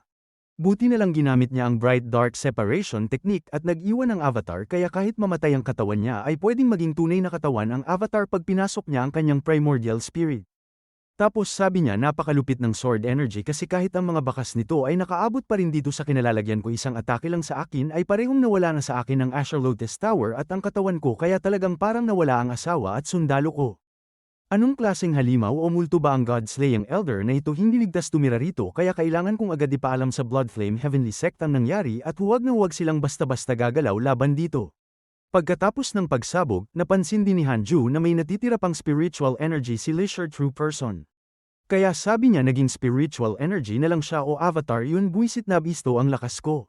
Nagpabeya di ko alam na ganoon din kaingat ang kalaban magiging problemado ito kasi paano kung pagkatapos ng maliliit na kalaban ay mas malalaki pa ang dumating. Ay oo nga pala kasama siya sa contacts ko kaya mas madali na siyang targetin. Kaya kinuha ni Hanju ang Book of Misfortune at sinimulang sumpain si Leisure True Person. Makalipas ang 3 taon sa wakas ay nakabalik na si Leisure True Person sa Blood Flame Heavenly Sect. Nang makita ni Liu Bami ang miserable niyang anyo ay nagulat siya at sinabing junior brother nakabalik ka rin sa wakas brother paano ka napunta sa ganitong kaawa-awang estado. Tapos ay ikinwento ni Leisure True Person ang lahat ng malas na naranasan niya sa pagbabalik pero hindi niya binanggit si Hanju kaya sabi ni Liu Bami ganoon lang ba hindi naman pala ganoon kalala. Pagkatapos ay sabi niya oy ang mga disipulo natin ay tapos na sa training sakto ang pagdating mo kaya tumingin si Leisure True Person sa training ground na tinanong ano. Sabay nating durugin ang Great Swallow. Pero nang naalala ni Leisure True Person ang perpektong mukha ni Hanju hindi niya maiwasang manginig ang kaluluwa niya kaya sabi niya hindi pwede huwag kayong pumunta sa Great Swallow, junior brother huwag na huwag. Sa Great Swallow may isang hindi matatawarang cultivator sa Jade Pure Sect at ni hindi ko man lang nasalo ang isang galaw niya kaya ipagpaliban muna natin ang pagsalakay. Nanlaki ang mata ni Liu Bami na sinabing pero handang-handa na ang Blood Flame Heavenly Sect natin, kaya kung susuko tayo ngayon hindi ba masasayang lahat ng paghahanda? Bukod dito kaysa na ng ating sekta ang Great Way kaya ang ating mga tauhan ay puno ng kumpiyansa at sa tingin ko ay hindi magandang ideya na pahinain ang kanilang loob at senior brother kailangan pa natin ng mas maraming resources kaya kailangan nating magpadala ng tropa at kapag kasama natin ang guest elder baka may pag-asa pa tayo. Napabuntong hininga si Leisure True Person na sinabing ang God-slaying elder na ito ay laging low profile. Malaki ang parte niya sa pagiging number 1 sect ng Jade Pure Sect sa Great Swallow at parang Fusion Void Realm siya pero ang dating niya sa akin ay parang mas malakas pa siya doon kaya pwede nating sabihin na hindi siya mahulaan at baka pati ang guest elder natin ay hindi rin manalo alam mo namang laging tama ang kutob ko at mas mabuti na mag-ingat kaysa magsisi. Sumimangot si Liu Bami na hindi maunawaan kung paanong may ganoong klase ng tao sa Great Swallow. Kaya pagkatapos sabi niya sa mga disipulo na targetin na lang natin ang Western Abyss State kaya naging usap-usapan ng pahayag na yun ano raw hindi ba Great Swallow ang target natin at kung pupunta tayo sa Western Abyss State dadaan pa rin tayo sa Great Swallow hindi ba kaya bakit hindi na lang natin sila atakihin din? Pero palusot ni Liu Bami na ang Nine Dragon Sect ng Western Abyss State ay nasa gitna ng kaguluhan ngayon kaya ang pag-atake sa kanila habang mahina sila ay oportunidad din natin. Bumalik si Leisure True Person para gamutin ang mga sugat niya at nangako siyang tutulong sa pag-atake sa Western Abyss State kapag gumaling na siya. Habang umaalis siya iniisip niya ang Great Swallow paano nagkaroon ng ganoon kalakas na nilalang mas mabuti nang iwasan na lang ito sa hinaharap. Sa hilagang bahagi ng Great Swallow umaabot sa daan-daang milya ang nyebe, at sa gitna ng malawak na kaputian nakatayo ang isang nakakatakot na figurang daan-daang metro ang taas kasama ang maraming transformed Demon Kings na sama-samang lumuhad sa harap nito. Naunang nagsalita ang Old Tree Demon na sinabing hinihintay namin ang utos ng Demon King kaya Demon King kailan natin palulubugin sa dugo ang lahi ng tao sa Great Swallow. Malamig ang sagot ni Janso Demon King na sinabing palulubugin sa dugo ang lahi ng tao kailan ko ba sinabi na gusto kong gawin yon. Malinaw na naramdaman niyang Tiandong ang isang nakakatakot na spiritual sense na dumaan sa kanila at kalaw na itumigil sa kanya. Napansin ni Janso Demon King ang isa na may kakaibang aura na inisip ito ay half-demon power at half-human energy isang half-demon. Pero napakalakas ng aura ng batang ito at tila tinatago nito ang tunay niyang lakas kaya pala hindi siya napansin ng mga demonyong ito interesting. Sa malamig na tinig sinabi ni Janso Demon King na lumapit ka rito maliit na demonyo kaya napatigas siyang Tiandong sa tinig ni Janso Demon King. Dahan-dahan niyang itinaas ang tingin at naisip na nakakatakot at nakakasakal, na para bang papunta ko sa kailaliman at si Janso Demon King ang pinuno ng abyss. Tinakpan ng takot ang buong katawan niyang Tiandong at sa isip niya tapos na ako. Samantala sa ibang bahagi ng Cultivation World sa dungeons ng Nine Dragon Sect may isang taong nakakadena sa malaking bato, at ang taong ito ay ang Sect Master ng Nine Dragon Sect na nagmumura Wei Yuan sa buhay na ito magiging magkaaway tayo. Nakatayo sa harap niya si Wei Yuan na ang katawan ay nasapian na ni Huang Zushan at may hawak na punyal na nagtanong Senior Brother ilang taon na mula nang bumalik ako mula sa Jade Pure Sect pero hindi sumagot ang Sect Master. Pero nagpatuloy si Wei Yuan na sinabing hayaan mong sabihin ko sa'yo na 16 na taon na. Buong 16 na taon yon alam mo ba kung paano ko ginugol ang mga taong yon pagbalik ko ay nasa ilalim ako ng kontrol mo at bawat galaw ko kailangan ng pahintulot mo kaya para makuha ang tiwala mo nagsikap talaga ako at ngayon sa wakas ibinagsak na kita. Tahimik na sabi ng Sect Master ng Nine Dragon Sect hindi nakakapag-isip ng ganoon kalayo ang Junior Brother Wei Yuan ko kaya kung ganoon sino ka talaga. Pagkasabi niya noon mabilis na hiniwan ni Wei Yuan ang lalamunan niya at mabagal na lumabas si Wei Yuan mula sa dungeon at agad siyang sinalubong ng mga disiplinadong mata ng mga alagad niya pagbati sa Sect Master. Tinanong siya ng isa Sect Master Wei Yuan ano ang direksyon ng pag-unlad natin ano ang mga layunin natin pero malamig na sagot lang ni Wei Yuan na wala namang espesyal at mag-focus lang sa secluded cultivation. Magpapatuloy pa ba tayo sa paghahanda para sa lakayin ng Great Swallow kaya nainis si Wei Yuan nang marinig yun na sinabing walang pwedeng magbanggit ulit ng Great Swallow kasi paparusahan ko ang sinumang magbanggit niyan, kaya sagot nila opo Sect Master. Matapos lumitaw ang Millennium Demon na si Janso Demon King ay walang naging anumang galaw at nanatiling payapa ang cultivation world ng Great Swallow pero isang araw walang magawa si Hanju kaya inilabas niya ang Book of Misfortune para tingnan kung may namatay na sa kanyang mga kaaway. Nagreklamo si Hanju sa Book of Misfortune na sinabing ang tagal na wala pa ring pagbabago sa Book of Misfortune.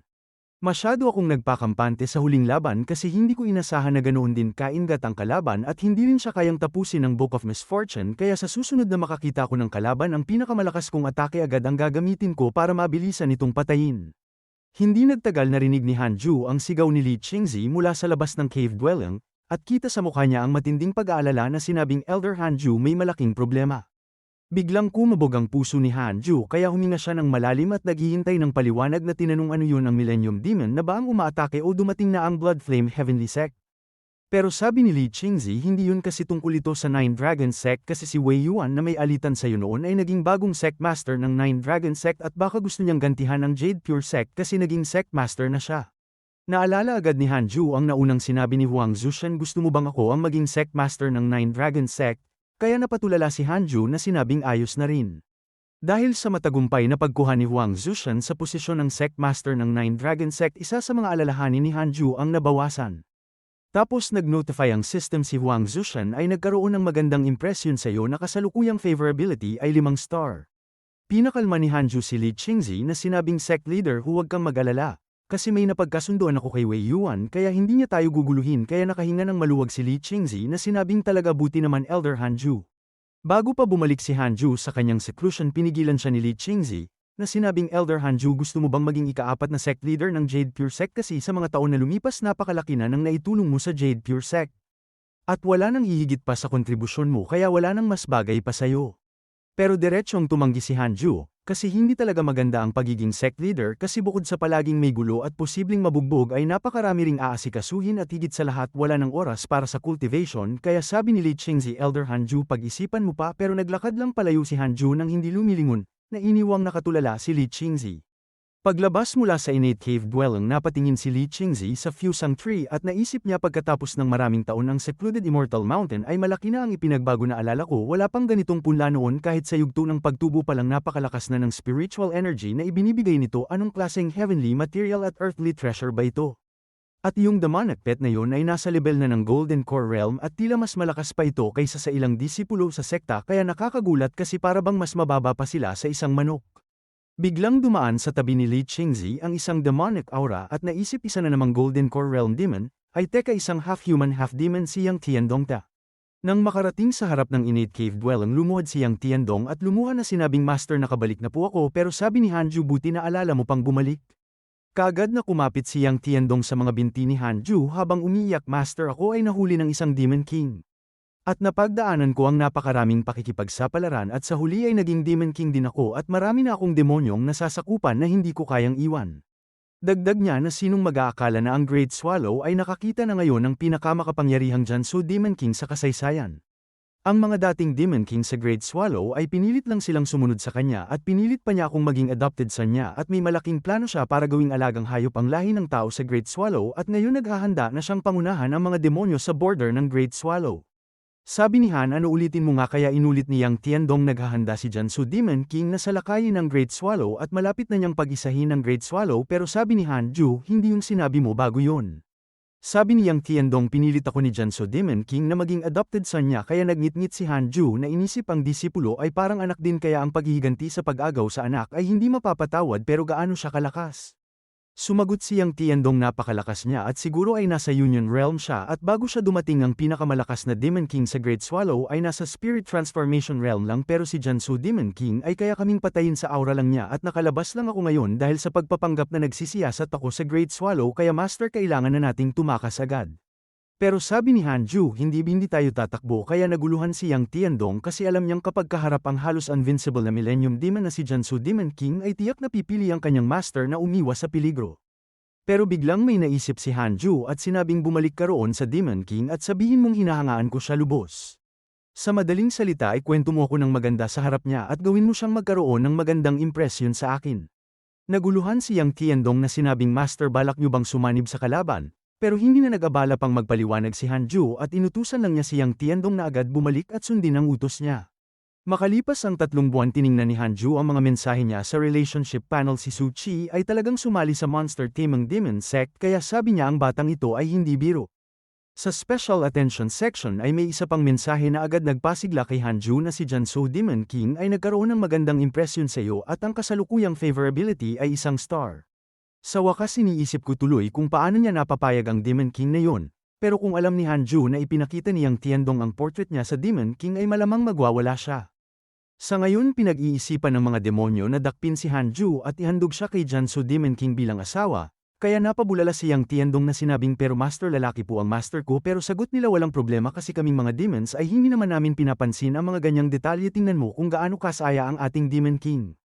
Nakapagdesisyon si Hanju kaya inilabas niya ang Book of Misfortune para sampin si Jianzhou Demon King at naisip niya isang Union Realm Level 4 ito sa kasalukuyan kong cultivation na Fusion Void Realm Level 7 ay malabong manalo ako sa direktang labanan. Pero kaya ito ng Book of Misfortune at hindi naman ako natatakot na mabisto niya ito kasi napatunayan na sa mga naunang sumpa na kahit mas mataas na cultivator ay hindi nila matutuntun ng sanhi at bunga ng sumpa bagamat wala pa itong naitalang direktang pagpatay ng kaaway ay nakakainis pa rin ito anuman ang antas ng cultivation. Basta kabilang ang mga taong ito sa relationship list ko ay pwedeng i-target sila ng Book of Misfortune pero kapag pangalan lang ang isinulat ay kulang ang haba at lakas ng sumpa kaya hindi ko pa napapatay ang mga kalaban gamit ito noon si Li Qianlong ang patunay doon. Ang mahalaga hindi pa ako kailanman nagsumpa ng buong lakas kasi kailangan ng malaking spiritual power para sa full power na sumpa pero subukan natin ngayon na gamitin ang buong spiritual power ko para malaman ang epekto nito kay Jansu Demon King.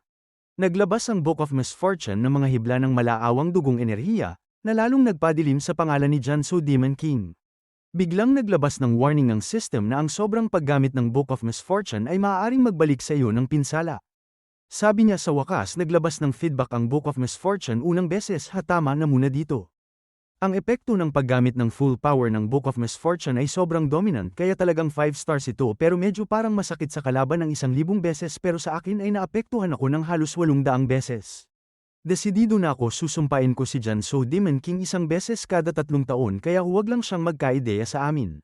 Sa sandaling yun sa isang demon lair sa gitna ng nagyayelong nyebe, si Jansu Demon King ay pinahihirapan ng sumpa ni Hanju at hirap na hirap siya.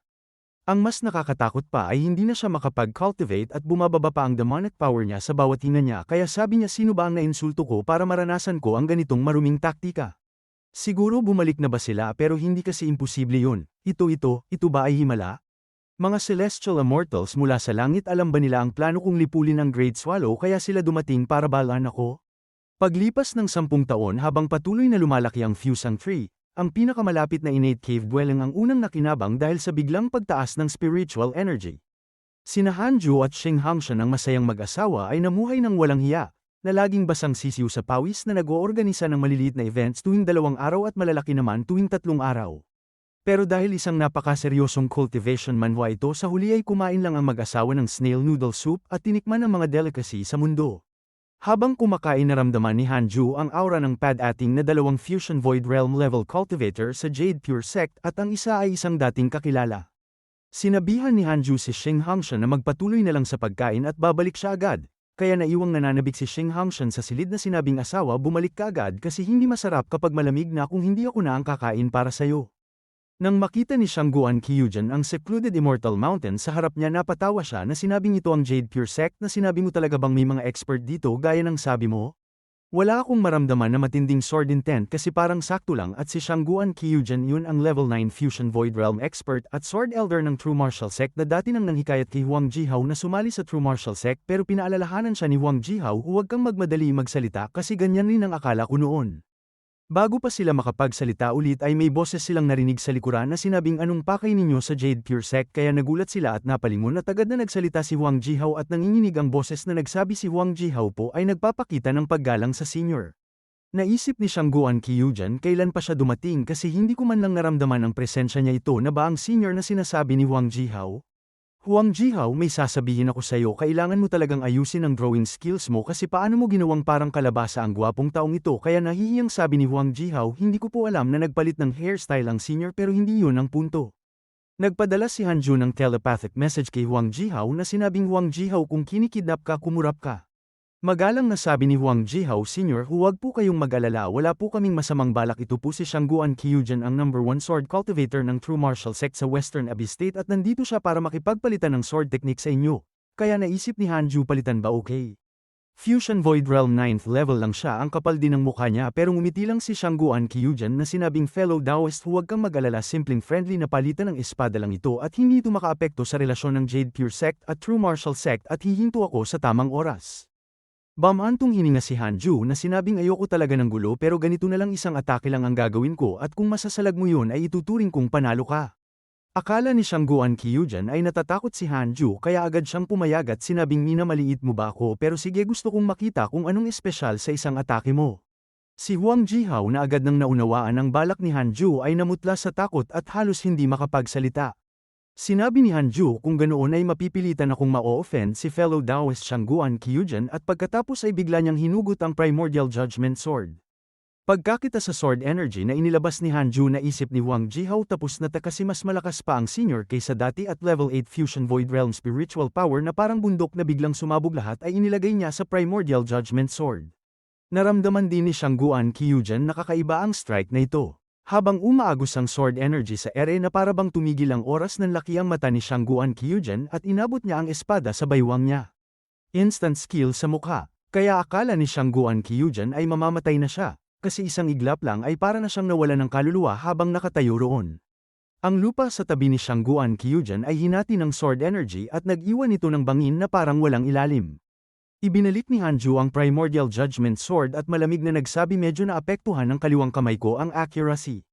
Sabi ni Wang Jihao nagpigil ka siguro senior pero sabi ni Hanju parang hindi ka man lang nakagalaw at umatake sa akin ang mahinang sabi ni Hanju at ang malamig niyang ekspresyon ay nagparamdam kay Wang Jihao na parang nakatingin siya sa isang Sword Immortal Cultivator na nasa dulo na ng landas ng swordsmanship.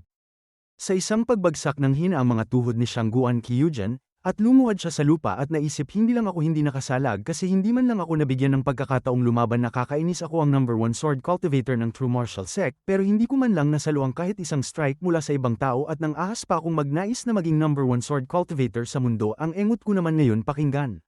Pero hinimok siya ni Hanju na sinabing huwag kang panghinaan ng loob gaya ng kasabihan na laging may mas mahusay at hindi mo makikita ang bahaghari kung walang ulan. Okay naman ang talento mo kaya malaki ang future mo at hindi naman imposible na matalo mo ako balang araw at may nakikita akong potensyal sa'yo. Kaya pagkarinig nito napako si Shangguan Kyujan na sinabing natalo ako. Matapos siyang talunin sa palitan ay tuluyan ang naubos ang sigla ni Shangguan Kyujan. Nang makita ni Hanju na nakaluhod siya sa harap niya ay bigla siyang nakaramdam ng awa na naisip sumobra ba ako kasi baka hindi naman talaga siya nandito para manggulo kundi para lang humingi ng payo. Pagkatapos sabi ni Hanju nagpigil naman ako sa atake ko kaya siguro mabilis din siyang makaka-recover at wag na nating ikwento sa iba ang nangyari ngayon kaya pagkasabi niyong tumalikod si Hanju at umalis pero mabilis na tumayo si Shangguan Kyujan na sinabing, Senior sandali lang maaari ko po bang malaman ang dawas name ninyo? Kaya sabi ni Hanju na reincarnation at pagbigkas ng salitang yun umalis si Hanju sakay ng espada kaya natigilan si Shangguan Kyujan at paulit-ulit na inulit sa isip niya ang salitang reincarnation. Pinalakas loob siya ni Wang Jihao na sinabing mas malala ang inabot ko noon kaysa sayo kaya wala yan at least hindi ka naman nasaktan. Reincarnation. Naisip ni Shangguan Kyujan na maaari bang dawes name ito ng isang dakilang nilalang na nagtatago sa gitna natin mukhang palako lang pala ko sa isang balloon. Nag-notify ang system na si Shangguan Kyujan ay nagkaroon ng magandang impresyon sa iyo kaya ang kasalukuyang favorability ay 3 star kaya hindi napigilan ni Hanju na umiling at sinabing magkakapareho ba ang mga henyo na ito kasi kapag nabubugbog ay tumataas ang favorability nila sa akin pero sa totoo lang ang astig talaga ng itsura ni Hanju sa move na yun pero medyo awkward ang kinalabasan. Ang punong nahati ni Hanju sa dalawa ay ang Jade Pure Tree na personal na itinanim ni Nine Cauldrons Sage noong araw na itinatag ang sect. Sabi ni sect leader Li Qingzi na ang Jade Pure Tree na yun ay personal na itinanim ng ating ninuno ang Nine Cauldrons Sage noong araw na itinatag ang sect. Mahigit 1,000 taon na yun kaya sinong loko ang hamati dito pero si Li Qingzi na alam na gawa yun ni Hanju ay napilitang lunukin ng pait habang nagpanggap si Hanju na sinabing nagkataon lang na nakita kong ginawa ito ng isang pusa. Pero sabi ni Li Qingzi anong klaseng pusa ang may ganoong lakas at anong klaseng bitak ito sa lupa alam mo ba kung gaano kahirap i-redraw ang mapa kaya naramdaman din ni Hanju na masyadong pasikat ang pangyayaring ito at labag yun sa prinsipyo niyang low profile. May mga teknik na lalo lang lumalakas habang tumataas ang cultivation level ko pero kailangan kong makaisip ng atake na pwedeng tumama sa kalaban ng tahimik nang hindi naaapektuhan ang paligid. Samantala sa nagyayelong pugad ng mga demonyo, halos mabaliw na si Jansu Demon King. Sinabi niya na mula nang matanggap niya ang kakaibang pinsalang yun tuwing 3 taon ay bumabalik sa kanya ang bangungot na yun kaya bakit nariyan na naman yung pakiramdam na yun at sino ang sumusumpa sa akin at wala siyang alam sa tunay na pinanggalingan nito at kung gawa ito ng isang immortal bakit hindi na lang ako patayin ng diretso. Isang araw may dumating na mas mababang demonyo para magulat na sinabing ulat sa Demon King narito na po ang adopted son ninyo na si Yang Tiandong kaya sabi ni Jansu Demon King sige papasukin mo siya. Nilinlang niyang Tiandong si Jansu Demon King at sinabing adoptive father narinig ko po ang problema ninyo kaya dumating ako para gaman ang pakiramdam ninyo. Kaya sabi ni Demon King alam mo pala ang problema ko. Pinagpatuloy niyang Tiandong ang pag-arte na sinabing adoptive father kamakailan lang po ay nagpasadya ako ng divination sa isang wise man at sinabi niyang may kinalaman ng problema ninyo sa mga plano ninyo kaya nag-isip si Jansu Demon King talaga. Baka nga may kaugnayan ng sumpang ito sa balak kong umatake sa lahi ng tao at hindi imposible. Kasi mas mabuting maniwala na lang at maging maingat baka nga ito ang dahilan kung bakit ako sinumpa ng mga immortal. Tinanong niyang Tiandong kung ganoon po adoptive father itutuloy pa ba natin ang pag-atake sa lahi ng tao kaya napabuntong hininga si Jansu Demon King at sumuko na sinabing sa ngayon kanselahin muna natin sabihan mo ang iba. Sumunod siyang Tiandong sa salita pero sa loob-loob niya ay nagdududa siya kasi ganoon lang ba kadali lokohin ang Demon King. Sabi niya Master ligtas na ang Great Swallow pero hindi pa yun sapat kasi mas malaki pa ang pangarap ko. Hindi pwedeng habang buhay akong nasa ilalim lang ng iba, kaya maghintay ka lang Jansu Demon King kasi sa huli akin din ang posisyon mo bilang Demon King. Makalipas ang kalahating taon bumalik sina Shangguan Kyujan at Huang Jihao sa True Martial Sect at pagkatapos matalo ni Hanju ay halos masira ang Dao Heart ni Shangguan Kyujan kaya para patatagin ito tuloy-tuloy siyang naghamon ng mga summoner sa lambak habang pauwi para mabawi ang tiwala niya sa sarili at sabi ni Shangguan Kyujan kay Huang Jihao pakiramdam ko bumalik na ang kumpiyansa ko kaya sabi ni Huang Jihao tama yan at ang katotohanan ng nalabanan mo ang master na yun ay nagpapakita lang kung nasaan ka at hindi rin kasi lahat ay gaya ni Senior Hanju. Sabi ni Shangguan Kyujan balak kong mag-seclusion sa True Martial Sect ng ilang panahon para patatagin ang Dao Heart ko at pagbalik ko hahamunin ko ulit ang senior na yun kaya nagulat si Huang Jihao na sinabing babalik ka pa huwag mo nang asahan na babuhitin pa kita ulit sa susunod pag naduroj ka. Bigla ay nagiba ang langit na nagpakita ang purple glow at ang mga espada ni na Shangguan Kyujan at Huang Jihao ay nagsimulang manginig. Tiningnan nilang dalawa ang mga espada nila sa takot na tinanong anong nangyayari may isa na naman bang nakaunawa sa Ancient Sword Dao. Tiningnan ni Huang Jihao si Shangguan Kyujan ng kinakabahan na sinabing hindi kaya si Senior Hanju iyon pero tumangging maniwala si Shangguan Kyujan na sinabing, imposible kasi ang makaunawa ng Ancient Sword Dao kahit isang beses sa buong buhay mo ay parang abot langit na yun kaya paano? Pero ang direksyong yun ay parang nanggagaling sa Great Swallow. Sa ibang lugar sa tuktok ng isang mataas na bundok, may lalaking nakaitim na robe na nagme-meditate at napapaligiran siya ng napakalawak na dagat ng ulap at bigla siyang nagmulat ng mga mata ng ang mga espada sa kaliwa at kanan niya ay nanginginig ng matindi kaya sumimangot siya at bulong niya may isa na namang nakaunawa ng Ancient Sword Intent. Pero kakaiba ito kasi bakit hindi ko matukoy pa ang mas malalim. Kinuha niya ang isang talisman paper at inilagay sa lupa sa harap niya at nagsimulang mag-cast ng spell at makaraan ng ilang sandali. Unti-unting lumitaw ang mga karakter sa talisman hanggang sa mabuo ang malalaking salita na reincarnation kaya tanong niya anong ibig sabihin nito tumutukoy ba ang reincarnation sa mga batas ng langit at lupa o pangalan nito ng isang cultivator. Nabalutan din ng purple glow ang Jade Pure Sect mula sa mga elder hanggang sa mga disipulo ng Outer Sect nanginginig ang lahat ng espada nila kaya sabay-sabay silang nagtipon para mag-usap at tinanong ng iba nag-iba ang kulay ng langit anong nangyayari may isang dakilang nilalang ba ang lumitaw. Sect leader bihira ito kasi lahat ng espada ay sabay-sabay na umaalingaw tiyak na may nakakatakot na bagay na senyales nito kaya sinubukan silang pakalmayan ni Li Qingzi kalma lang hindi ba nangyari na rin sa atin noon ang sabay-sabay na pag-ugong ng mga espada. Kaya ayos lang din ito. Pero sobrang frustrated si Li Qingzi na tinanong bakit ba sa panahon ko bilang sect leader puro sakuna at hirap ang dumarating sa Jade Pure Sect kaya nagtataka ako kung nag-ambala ba si Elder Hanju. Kasi kung umalis siya dahil dito ay baka hindi na muling magkaroon ng haligi ang Jade Pure Sect na tulad niya. Kasabay nito sa loob ng innate cave dwelling, may lumitaw na maliit na sword pattern sa pagitan ng mga kilay ni Hanju na halos hindi makita. Nauunawaan ni Hanju ang sword intent, na isang uri ng sword intent na kanya lang. Bigla ay napunta ang kamalayan niya sa isang ilog ng mga landas ng espada na walang katapusan ng agos. Nagising ang kamalayan ni Hanju sa ilog na yun, at sa unahan may mga aninong naliliwanagan ng sword light pero malabo at hindi mapaghiwalay ang kanilang anyo. Dahan-dahan silang gumagalaw at isa-isang dinaanan ni Hanju ang mga ito habang papasok sa malalim na estado at tanong niya anong lugar ito kanina lang ay nasa cave dwelling ako kaya paano ako napunta rito. Ang spiritual sense ni Hanju ay pumasok sa ilog ng sword paths na umaabante ng hakbang-hakbang habang nilalampasan ang mga sword cultivator na naglalakad sa sword path at sa sandaling yun nag-notify ang system kay Hanju na ito ang ilog ng sword paths at ang pag-usad dito ay nakakapagpatibay ng will ng sword path at kapag mas mataas ang pagkaunawa mo sa sword path ay mas malayo ang mararating mo. Patuloy na umusad si Hanju na walang humahabol mula sa likuran at wala ring anyong lumilitaw sa harapan ng liwanag. Naisip ni Hanju na ang mga nasa unahan ay siguradong mas mataas ang mastery sa sword path kaysa sa kanya at marami pala sila buti na lang hindi ako lumalabas masyado kasi kung kakalaban ako sa mga taong ito ay malamang mapapatay lang ako, kaya hindi ako pwedeng mahuli at kailangan kong maabutan sila. Biglang sumabog ang isang misteryoso at nakakatakot na sword intent na tumama kay Hanju at nagdulot sa kanya ng panandali ang takot sa kamatayan. May isang matayog na figure ang biglang lumitaw sa unahan at galit na sumigaw isa kang mortal na nag-aasam hawakan ng realm ng mga immortal hindi ka karapat-dapat umatras ka.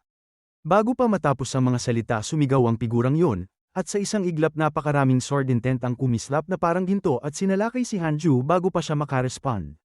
Nabiyak ang ilog ng sword paths, at ang spiritual sense ni Hanju ay tinusok ng sword intent na bumabalot sa buong langit. Sa huli nagising si Hanju na parang mula sa panaginip, at bumalik ang kamalayan niya sa katawan at hingal na hingal siya.